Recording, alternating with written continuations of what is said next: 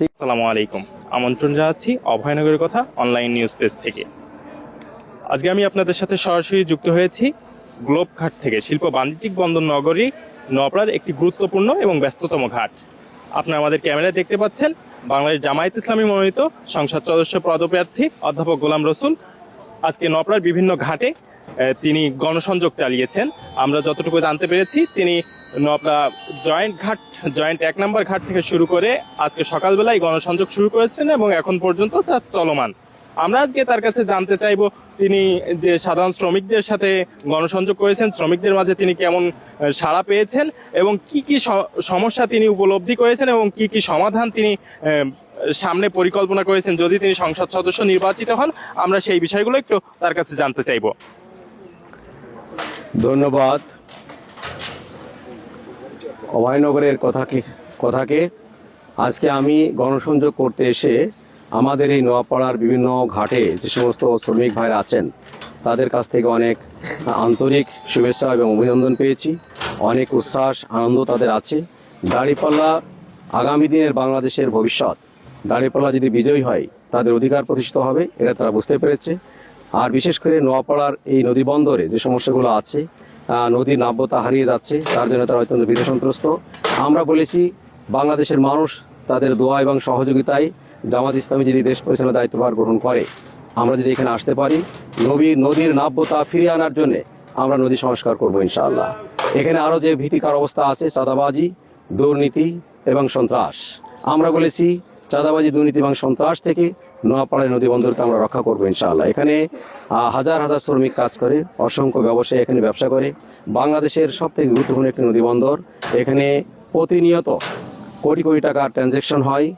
বাংলাদেশের উত্তরবঙ্গ এবং দক্ষিণবঙ্গের বিভিন্ন জেলায় এই খাদ্যপণ্য, সার এবং কয়লা এখান থেকে রপ্তানি হয়।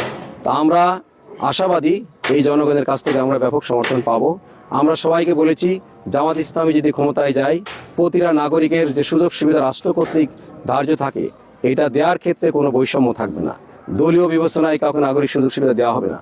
প্রথম কথা আমরা চিন্তা করবো সে বাংলাদেশের মানুষ কোন ধর্মের, কোন বর্ণ, এটা দেখার বিষয় না। বাংলাদেশের মানুষ হিসেবে নাগরিক সুযোগ সুবিধা পাওয়ার ক্ষেত্রে সবার সমান অধিকার থাকবে। এখানে শ্রমিকরা যাতে সারা বছর কাজ করতে পারে তার জন্য আমরা পরিবেশ সৃষ্টি করে দেবো ইনশাআল্লাহ।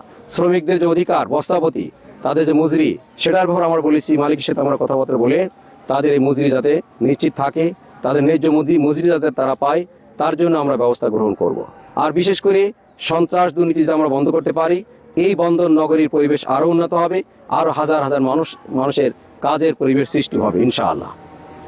আপনি আমাদের একটু জানাবেন, আজকে সকাল থেকে যেহেতু আপনি নওপাড়ার সব ঘাটে ঘাটে যাওয়ার চেষ্টা করছেন, আপনি নিশ্চয়ই দেখেছেন এই যে জেটি থেকে লাইটার অনেক দূরে, তো সেই ক্ষেত্রে এই যে 55 থেকে 65 বা 70 কেজি পর্যন্ত বস্তা তাদের মাথায় নিয়ে আসে। এইখান থেকে যদি কোনো লেবার পড়ে যায়, সেই ক্ষেত্রে সরকারি কোনো অনুদান যতটুকু জানি আমরা পায় না তারা। এটা একমাত্র লেবার সর্দার বা ঘাট সর্দার যদি কোনো অনুদান দেয়, তারা যদি চেষ্টা করে লেবারদের টাকায় চলে। তো আপনি যদি নির্বাচিত হন, আপনার পক্ষ থেকে এই যে শ্রমিকরা আহত হয় তাদের জন্য আপনার কোনো বরাদ্দ থাকবে কিনা, বা আপনি সরকারের কাছে কোনো দাবি উত্থাপন করবেন কিনা?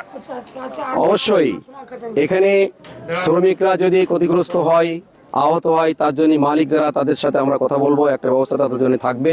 সাথে সাথে সরকারের পক্ষ থেকেও তার জন্য আমরা একটা ব্যবস্থা রাখবো ইনশাআল্লাহ। কেমন আছেন? ভালো আছেন? আচ্ছা, আমাদের সময় যেহেতু আপনাদের কম, আমরা কম সময় করে দিচ্ছি। ভালো আছেন দাঁড়িপাল্লা প্রতীক? ভালো আছেন না? ভালো আছেন না? আলহামদুলিল্লাহ। আমার একটু বুক মিলে যায়। শ্রমিক হচ্ছে আল্লাহর বন্ধু, আল কাসিম হাবিবুল্লাহ, তাই না?